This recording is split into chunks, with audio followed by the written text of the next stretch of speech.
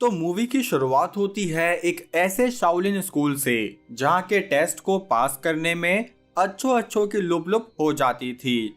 तभी एक student Fang अपने टेस्ट को पूरा करने एक गुफा में आया, जहाँ पहुंचकर उसने देखा कि वहाँ बहुत सारे लकड़ियों के पुतलों को शाओलिन मास्टर कंट्रोल कर रहे हैं। अब जैसे ही उसने कहा कि मैं तैयार हूँ, तभी इन पुतलों ने उस पर अटैक करना शुरू कर दिया, जिससे बचते हुए भाई की छाती भी चौड़ी हो गई। तभी उसने अपना कुर्ता फाड़ के खुद की बॉडी को कॉपर बॉडी में ट्रांसफॉर्म करना शुरू किया, जिससे कि उन पुतलों की हालत पतली होने लगी।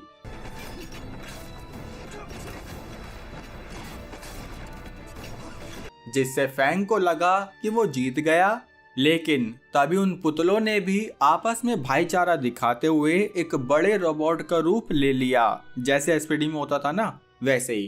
खैर तब फैंग भी समझ गया कि ये पुतला तो मेरी चुटिया से भी बड़ा है, तो मैं इसे डायरेक्ट तो शायद नहीं हरा पाऊंगा। इसलिए उसने पुतले के पीछे आकर उन रस्सियों को तोड़ दिया, जिससे कि बाकी शाओलिन मास्टर उस रोबोट को कंट्रोल कर रहे थे। जिसके बाद उसने किक में ही पुतले के अंजर पंजर अलग कर दिए। तब बाकी शाओलिन मास्टर ने भी उसे इस टेस्ट में पास कर दिया, भले ही चीटिंग से जीता, चल कोई नहीं। तब फैंग अपने घोड़े घोड़े तो बोला मैंने, घोड़े पर बैठकर वापिस शहर जाने लगा। दूसरी तरफ शहर के मिनिस्टर लाओ ने राज्य के बजट में लाखों का घपला तो कर दिया, लेकिन अब कैसे भी करके उसे अपना नाम छुपाना था, जिसके लिए उसने अपने ही एक साथी और अपनी पूरी फैमिली को इस टकले पेप्सी से मरवा दिया कि कोई उसके खिलाफ मुंह ना खोले। तभी उसे पता चला कि असल में इनके अकाउंट की बुक को कोई लेके भाग गया है, जिसमें लाओ के सारे काले चिट्ठे थे। तब लाओ ने पेप्सी को ऑर्डर दिया कि वो बुक कैसे भी लेकर आओ, वरना शहर का राजा लाओ को सजा देकर आधे पाव का बना देगा। यहाँ बाजार में ये गोगो निरमा साबुन से मछली धो रहा था कि तभी यहाँ फैंग पहुँच गया, जिससे हमें पता चला कि असल में ये दोनों पिछले जन्म के दोस्त हैं। साथ ही फैंग ने अपनी स्ट्रिक्ट मदर को नहीं बताया कि वो आज ही आने वाला है, वरना वो उसे घूमने फिरने नहीं देती। तब हमें ये भी पता चला कि इनकी एक दोस्त वोंग भी है, जो असल में पसंद करती है फैंग को, लेकिन वोंग को फैंग नहीं बल्कि गोगो पसंद करता है। अब ये दोनों वोंग से मिलने जाने लगे, जिस बीच ये भेड़िए जैसी शक्ल का नहीं बल्कि भेड़िए जैसे हाथ वाला छंगा एक आदमी को मारने लगा। असल में छंगा लाओ के लिए ही काम करता था। तभी यहाँ ये दोनों भी पहुंच गए, जहाँ फैंग बोला कि क्यों मार रहे हो उसे। ये कहकर उसने उस आदमी की जान बचाने की कोशिश की, जिस बीच वो आदमी तो यहाँ से भाग निकला, लेकिन छंगे की फैंग से लड़ाई होने लगी। तब छंगा समझ गया कि ये फैंग कोई मामूली बंदा नहीं है, इसलिए मैं उस आदमी को ही पकड़ लेता हूँ। तब फैंग भी दूर पड़ी मुसीबत से हाथ मिलाने छंगे का पीछा करने लगा, जिस बीच उसने रस्सी का भी सहारा लिया, लेकिन उसका कुछ असर नहीं हुआ। तब वो इस अंबुजा सीमेंट की दीवार को गिरा के छंगे का सामना करता कि तभी यहाँ उसकी मदर किम आ गई, जिसने फैंग के कान को गैस के रेगुलेटर की तरह घुमाना शुरू कर दिया। जिस बीच छंगा भी यहाँ से भाग निकला। अब वो उसे घर पर लाई, जहाँ निवस्त्र हालत में उसने फैंग को एक बड़े से जूते में बिठा दिया। तब वो बोली कि तुमने मुझसे झूठ बोला, इसलिए तुम्हारी सजा ये है कि कल सुबह तक तुम्हें तुम्हारे कपड़े नहीं मिलेंगे। लेकिन फैंग को तो अपने दोस्तों से मिलने मेले में जाना था, इसलिए वो जैसे तैसे उल्टा सीधा पेटीकोट पहनकर यहाँ से भागता कि तभी उसे ये लड़की लिंग दिख गई, जिसे देखकर ये दोनों आपस में डर गए। तब लिंग बोली, तुम यहाँ क्या कर रहे हो? जिस बीच ही इन्हें कुछ सैनिकों की आवाज आई। तब लिंग ने फैंग से कहा कि उन्हें कुछ मत बताना, जिस बात का पालन करते हुए फैंग ने सैनिकों को बता दिया कि अच्छा वो लड़की, अरे वो तो उधर खेत में मोर बनी हुई है। अब सैनिकों के जाने के बाद वो लिंग से कुछ पूछता कि इतने में यहाँ उसके दोस्त गोगो और वोंग भी आ गए। जिन्होंने लिंग को बटन लगाते देख कुछ गलत ही सोच लिया। तब वोंग भी फैंग से गुस्सा होकर यहाँ से चली गई, जिसे देखकर फैंग लिंग को लिंग का हाथ पकड़कर वोंग के पास ले जाने लगा कि तुम्हें उसे बताना होगा कि मेरा लिंग मतलब तुमसे कोई लेना देना नहीं है। यहाँ मार्केट में गोगो को एक आदमी ने पकड़कर पूछा कि क्या तुम इसे जानते हो। तब गोगो ने देखा कि अरे ये तो मेरे होने वाले ससुर जी वोंग के फादर है, लेकिन फिर उसने उस अनजान को मना कर दिया कि नहीं मैं नहीं जानता इसे। तभी उसने नोटिस किया कि ये सारे चेले शहर के एक अमीर आदमी टाइगर के हैं, तो मतलब टाइगर वोंग के फादर के पीछे लगा है। यही बताने वो यहाँ से सीधा वोंग के पास पहुंचा, जहाँ सारी बात सुनने के बाद वोंग बोली कि मेरे पिताजी तो दूसरे शहर में गए हुए हैं, जिसे सुनकर गोगो भी यहाँ से चला गया। तब वोंग ने अकेले में वो बुक बाहर निकाली जिस पर खट्टी टॉफी के साथ साथ मिनिस्टर लाओ का सारा काला चिट्ठा लिखा हुआ था, जिससे हम समझ गए कि वोंग के फादर ने वो बुक चुरा ली, जिससे वो लाओ का शासन खत्म कर सकते थे। इसलिए ही अब लाओ के सैनिक उन्हें किसी भी हालत में पकड़ना चाहते हैं। खैर अगली सुबह फैंग अपने साथ लिंग को लेकर वोंग से मिलने पहुंचा, जहां पर गोगो ने बताया कि वोंग घर पर नहीं है। तब इन्हें टेंशन होने लगी कि कहीं टाइगर के आदमियों ने तो उसे किडनैप नहीं कर लिया, क्योंकि वही रात को उसका पता पूछ रहे थे। तभी फैंग यहाँ से बाहर आया, जहाँ पर टाइगर का अलग ही कंपटीशन चल रहा था, जिस बीच यहाँ फैंग भी कूद गया कि हाँ मैं ही हूँ खलनायक। खैर स्टेज पर आकर वो टाइगर से वोंग का पता पूछने लगा, लेकिन टाइगर को इस बारे में कुछ नहीं पता था। तब फैंग ने टाइगर को कपड़ों की तरह पटक दिया कि बता दे टकले बता दे। लेकिन टाइगर तो इतना पिटने के बाद उल्टा हंसने लगा कि अरे वाह मिल गया मेरा दामाद। तब हमें पता चला कि असल में तो यहाँ टाइगर की बेटी का स्वयंवर रचाया जा रहा था, जो देखकर फैंग समझ गया कि इसे तो अपने दिमाग का नहीं पता, फिर वोंग का क्या ही पता होगा। अब ये यहाँ से वापस वोंग के घर में ही तिगड़ी मार के बैठ गए, जिस बीच यहाँ वोंग खुद ब खुद पहुंच गई। तब उसने बताया कि अरे मैं तो बस काम से बाहर गई थी। और जब फैंग ने पूछा कि कौन सा काम, तो वैंग ने बात घुमा दी कि अरे मेरी मूर्ति कहाँ गई। तब हमें पता चला कि असल में यहाँ से एक मूर्ति गोगो ने ले ली थी, क्योंकि उसे लगा कि ये मूर्ति वोंग ने उसके लिए ही बनाई होगी, लेकिन असल में वो मूर्ति फैंग के लिए बनाई थी, जिसे फैंग को देते हुए गोगो की कुछ अलग ही जलने लगी। अब ये यहाँ से वापस घर जाने लगे, जिस बीच टाइगर के आदमियों ने फैंग को घेर लिया कि तुम्हें मेरी बेटी से शादी करनी पड़ेगी। तभी वो लिंग को देखकर बोला कि अरे बेटी पुष्पा तुम अब तक कहाँ थी। तब हमें पता चला कि असल में लिंग टाइगर की ही बेटी है, जिसे अब फैंग शादी करेगा या नहीं वो उसकी मर्जी। खैर टाइगर ने ये भी बताया कि वो तो वोंग के फादर को इसलिए ढूंढ रहा था क्योंकि ऑफिसर लाओ ने ही उसे ये काम करने को कहा था, जिससे फैंग समझ गया कि जरूर उनकी जान खतरे में है। इसलिए वो वापस वोंग के पास जाने लगा, लेकिन अब बहुत देर हो चुकी थी, क्योंकि लाओ के चेले पेप्सी ने वोंग और उसके फादर को पकड़ लिया, जहां वो उससे उस बुक का पता पूछने लगे। लेकिन वोंग का फादर इतनी सच्चाई की मूरत निकला कि उसने बुक का पता बताने की जगह खुद की 13वीं का कार्ड ही बुक कर दिया। तभी यहाँ फैंग भी पहुंचा, जिस पर पेप्सी के आदमियों ने हमला शुरू कर दिया। तब फैंग ने भी अपने शाओलिन स्कूल की पढ़ाई दिखाते हुए उन सैनिकों के तोते उड़ाने शुरू कर दिए।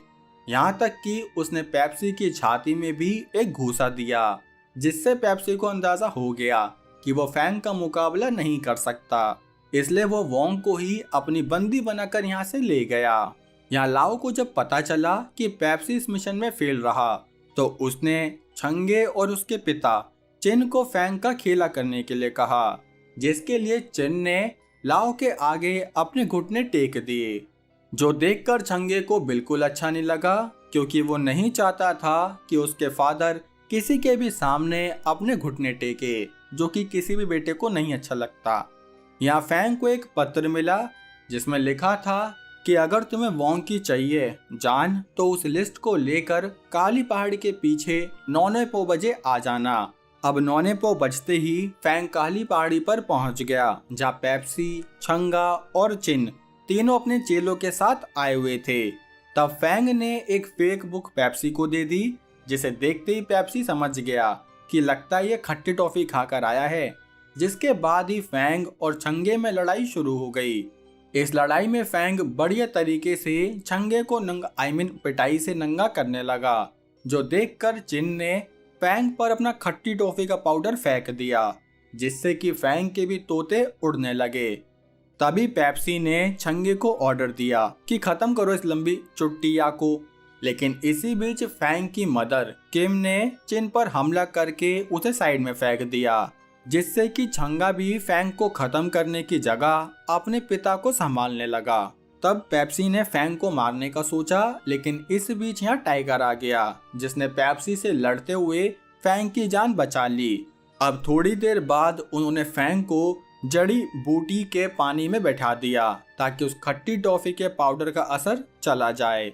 यहाँ पेप्सी छंगे पर बरसने लगा कि तुमने मेरा हुक्म क्यों नहीं माना। तब चिन अपने बेटे के लिए लाओ से माफी मांगने लगा, जिससे हमें पता चला कि असल में छंगे को कोई बीमारी है, जिसका इलाज सिर्फ लाओ ही कर सकता है। इसलिए लाओ ने छंगे को उसकी गोली देकर बताया कि अब तुम्हें फैंग का काम करना ही होगा। अब छंगे के जाते ही उसने चिन को कहा कि तुम्हें नहीं लगता तुम्हारा बेटा तुमसे बहुत ज्यादा चिपकता है, तो क्यों ना तुम उससे दूर हो जाओ। और दूर कैसे होगा? ब्रेकअप करके? अरे नहीं जी, बल्कि आगे बताऊंगा। यहाँ फैंग उस मूर्ति को ध्यान से देखने लगा, तभी उससे मूर्ति के बीच का एक बटन दब गया, जिससे कि मूर्ति का पिछवाड़ा खुलते ही उसमें इन सब को वो बुक मिल गई, जिसमें लाओ के करप्शन का सारा नीला पीला चिट्ठा था। तभी अचानक से उसे छंगे का लेटर भी मिला, जिसे पढ़ते ही वो एक मौन व्रत लेकर यहाँ से निकल गया। असल में जंगल की झाड़ियों के बीच छंगे ने उसे चैलेंज किया। तब फैंग भी अपने रंग में आ गया, क्योंकि अब उस पर से खट्टी टॉफी के पाउडर का असर उतर चुका था। तभी वो चाहता तो छंगे के नौने को बजा देता, लेकिन फिर उसने उसे छोड़ दिया, क्योंकि पिछली फाइट में छंगे ने भी फैंग को छोड़ दिया था। वैसे छोड़ा तो नहीं, वो तो अपने पापा को देखने लग गया था।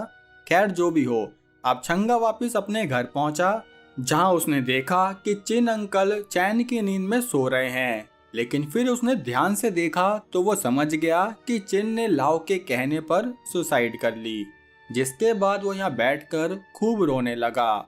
दूसरी तरफ गोगो अपनी क्रश वोंग को बचाने के लिए उस बुक को लाओ के पास लाया, ताकि बुक के बदले वोंग बच जाए। लेकिन तभी इनके बीच फैंग आ गया, जिसने पेप्सी पर हमला करके उसे पीछे फेंक दिया। तभी टाइगर और किम आंटी भी यहाँ आ गई, जो लाओ के सैनिकों को प्रसाद देने लगी।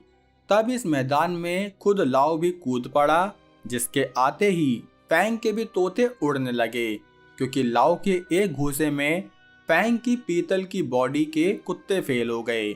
जिसके बाद वो एक चाकू से फैंग का खेला करता कि तभी बीच में वोंग ने आकर उसे अपने अंदर ले लिया, मतलब फैंग का चाकू अपने अंदर ले लिया, जो देखकर गोगो बहुत रोने लगा, क्योंकि वो अंदर ही अंदर वोंग को पसंद करता था। ये देखकर फैंग को भी लगा कि हाँ, रो तो लेना चाहिए, इसलिए वो भी वोंग की मौत का अफसोस जताने लगा। जिस बीच गोगो लाओ से लड़ने भागा, लेकिन लाओ ने गोगो को एक घूसे में पोगो दिखा दिया। तभी यहाँ टाइगर और किम आंटी को भी लाओ के आदमियों ने बंदी बना लिया। तब लाओ फैंग का खेला करता कि इतने में यहाँ छंगा अपने पिता का बदला लेने आ गया।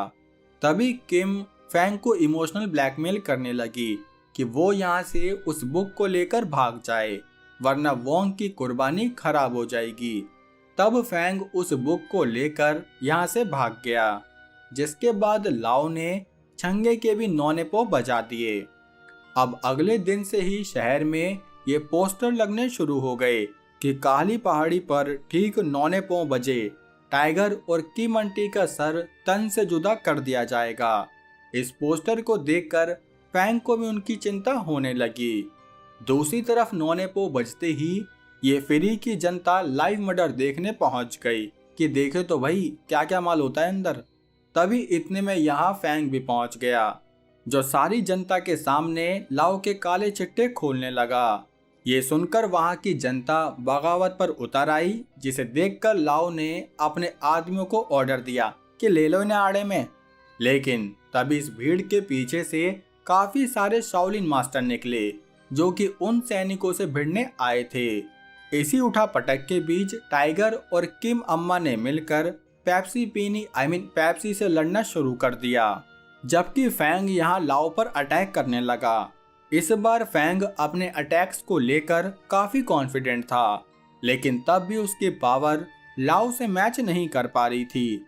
इसलिए उसने वही पुतला टेक्निक से वहां पड़ी लकड़ियों का ऐसा कनेक्शन बनाया, जिसमें लाओ के 2 लकड़ियों से बचते ही तीसरी लकड़ी ने उसकी छाती खोल दी, जिससे कि लाओ काफी इंजर्ड हो गया। तभी फैंग ने भी अपनी कॉपर बॉडी का इस्तेमाल करते हुए लाओ के पौने पाव बजाने शुरू कर दिए, जिसमें कि उसने अपने फाइनल सुपरमैन पंच से लाओ को यहीं पिछा दिया। यहाँ बाहर लाओ के आदमी भी हार गए, जिसके तुरंत बाद यहाँ शहर का राजा आ गया। कैसा राजा है, मूवी खत्म होने के बाद आया। खैर अब राजा ने लाओ को आजीवन कारावास की सजा सुना दी। ठीक वैसे ही आप भी वीडियो को लाइक और चैनल को सब्सक्राइब करके मुझे आजीवन आपके लिए एक्सप्लेनेशन लाने की सजा दे सकते हो। खैर अब देखते हैं आज के शाउट आउट, जहां नो शाउट आउट। क्यों? क्योंकि मैंने नोटिस किया है दोस्तों कि आप शाउट आउट के टाइम वीडियो छोड़कर ही चले जाते हो। इसलिए आज इस वीडियो पर कंफर्म करो कि शाउट आउट चाहिए या नहीं, और चाहिए तो देखोगे या नहीं, तभी फिर अगली वीडियो में शाउट आउट आएंगे। आप चलो इस वीडियो पर अपना प्यार बरसाओ, बाकी हम मिलेंगे हमारी अगली वीडियो में। तब तक के लिए जय हिंद।